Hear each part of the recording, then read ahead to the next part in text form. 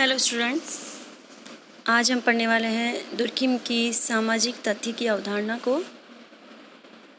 समाजशास्त्र में सामाजिक तथ्य की अवधारणा जो है इमानुएल दुर्खिम द्वारा दी गई थी और उन्होंने अपनी पुस्तक जो है उसका नाम है the rules of sociological methods, यानी उसका जो हिंदी वर्जन है उसका हिंदी में अनुवाद जो है वो समाजशास्त्रीय पद्धति के नियम के रूप में सन 1895 में किया गया था और इसी बुक के अंदर जो है उन्होंने सामाजिक तथ्य का अवधारणा को दिया था।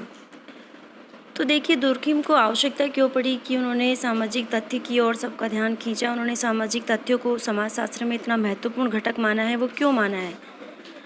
तो क्योंकि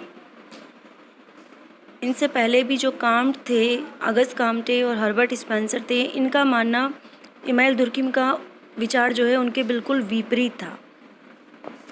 इमानुएल दुर्खिम का मानना था कि समाजशास्त्र अन्य सामाजिक विज्ञानों का केवल मिश्रण नहीं है, उनका एक योग नहीं है, बल्कि एक स्वतंत्र विज्ञान है। तो इसी कारण से समाजशास्त्र का भी अध्ययन क्षेत्र, उसकी जो विषय वस्तु वो भी निश्चित होनी चाहिए और स्पष्ट होनी चाहिए कि समाजशास्त्र में हम किस चीज़ का अध्ययन करने वाले हैं और क्यों करने वाले हैं। ठीक है, तो इसी रूप में उन्होंने हालांकि कहीं भी स्पष्ट रूप से अपनी किसी भी किताब में या किसी भी कृति में या किसी भी कार्य में ये नहीं कहा था कि सामाजिक तथ्य जो है समाजशास्त्र की अध्ययन वस्तु है, लेकिन उनकी जो जितना भी कार्य था उनमें स्पष्ट तो नहीं था, लेकिन ये कहीं ना कहीं जाहिर हो रहा था कि उन्होंने सामाजिक तथ्य को ही समाजशास्त्र की विषय वस्तु के रूप में स्वीकार किया है। तो देखिए, अब दुर्खिम का स्पष्ट मत है कि समाजशास्त्र समस्त मानवीय क्रियाओं का अध्ययन नहीं करता है, लेकिन सामाजिक तथ्य ही समाजशास्त्र की वास्तविक अध्ययन वस्तु है, ऐसा मानना है इमानुएल दुर्खिम का। अब हम देखते हैं कि ये सामाजिक तथ्य है क्या।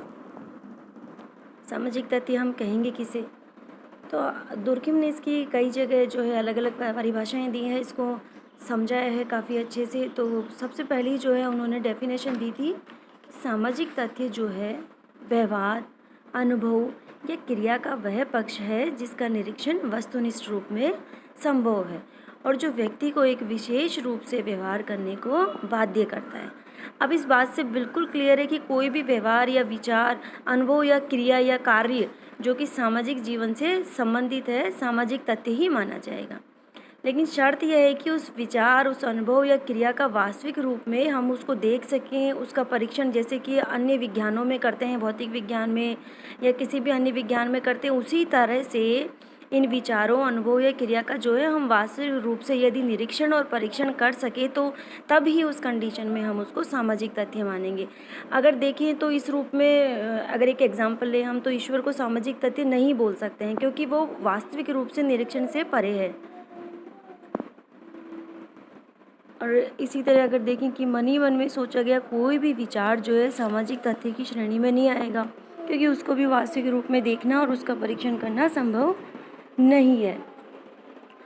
ठीक है, लेकिन यदि जैसे कोई भी ब्राह्मण यदि कोई पाठ करा रहा है या कोई लोक कथाएं हैं, धर्म के जो विश्वास है, जो नियम है, नैतिक नियम है, उन सभी को हम सामाजिक तथ्य के एक अनुपम उदाहरण के रूप में मान सकते हैं, क्योंकि इन सभी का जो है निरीक्षण और परीक्षण करना संभव है। क्योंकि ये एक जो व्यक्ति की जो इंडिविजुअलिटी है, उसका व्यक्तिगत जो विचार है, उससे बाहर की चीज़ें हैं ये सारी।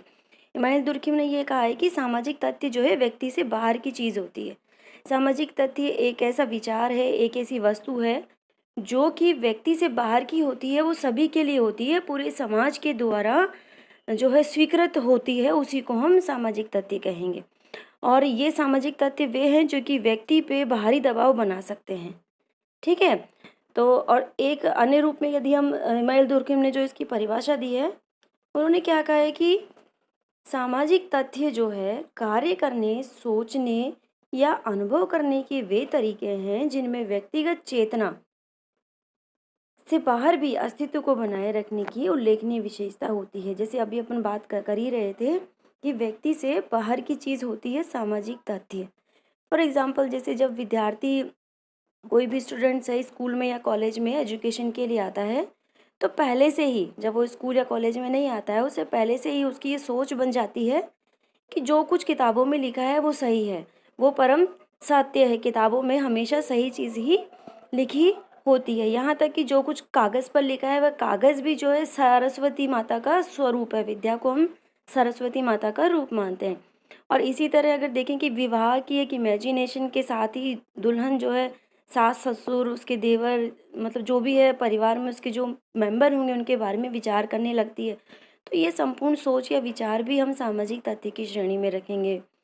जैसे अगर एक और एग्जांपल ले कि थाली में यदि रोटी रख दे या सब्जी रख दे, तो वो भी सामाजिक तथ्य है इमाइल दुर्कheim के अनुसार। क्यों? क्योंकि उसे हम देख सकते हैं, उसका परीक्षण करना संभव है। हम उसको देख सकते हैं कि ये मांसाहारी भोजन है या शाकाहारी भोजन है, और इस तरह से वो सामाजिक तथ्य माना जाएगा। सामाजिक तथ्य के बारे में यदि एक और विशेषता की बात करें तो वो स्थायी और अस्थायी दोनों ही हो सकता है। ज़रूरी नहीं है कि जो चीज़ हमें सिर्फ दिख रही है उसी को हम सामाजिक तथ्य माने। ठीक है। वास्तव में दुर्कheim की परिभाषा में दुनिया भर की वस्तुएं आ गई है। कपड़ा, मकान, इंजन, पुस्तक सभी उन्होंने सामाजिक तथ्य मान लिए हैं। दूसरी तरफ नहीं देखे जाने वाली वस्तुएं भी इमाइल दुर्कheim के अनुसार सामाजिक तथ्य है। सामाजिक तथ्य का बहुत बड़ा मानदंड यह है कि ये तथ्य विशेष नहीं होकर संपूर्ण समाज के लिए एक विरासत, एक संपत्ति के रूप में होते हैं। ठीक है। यानी कि एक व्यक्ति किसी सामाजिक तथ्य को बना नहीं सकता है और एक व्यक्ति जो है सामाजिक तथ्य को खत्म नहीं कर सकता है, क्योंकि इसमें पूरे समाज की जो है सहमति अनिवार्य है। उसी को हम सामाजिक तथ्य कहेंगे। अब देखिए, जैसा कि अपन ने स्टार्टिंग में बात की थी, इमाइल दुर्कheim ने जो है सामाजिक तथ्य को समाजशास्त्र में सामाजिक तथ्य को जो है उसकी विषय वस्तु माना है। तो इसी रूप में उन्हें समाजशास्त्र की क्या परिभाषा दी है कि सामाजिक समाजशास्त्र जो है सामाजिक तथ्यों के अध्ययन का विज्ञान है। और उन्होंने मुख्य रूप से सामाजिक तथ्य की जो है दो विशेषताएं हमें बताई है। कौन कौन सी? वो है बाह्यता और बाध्यता। ठीक है।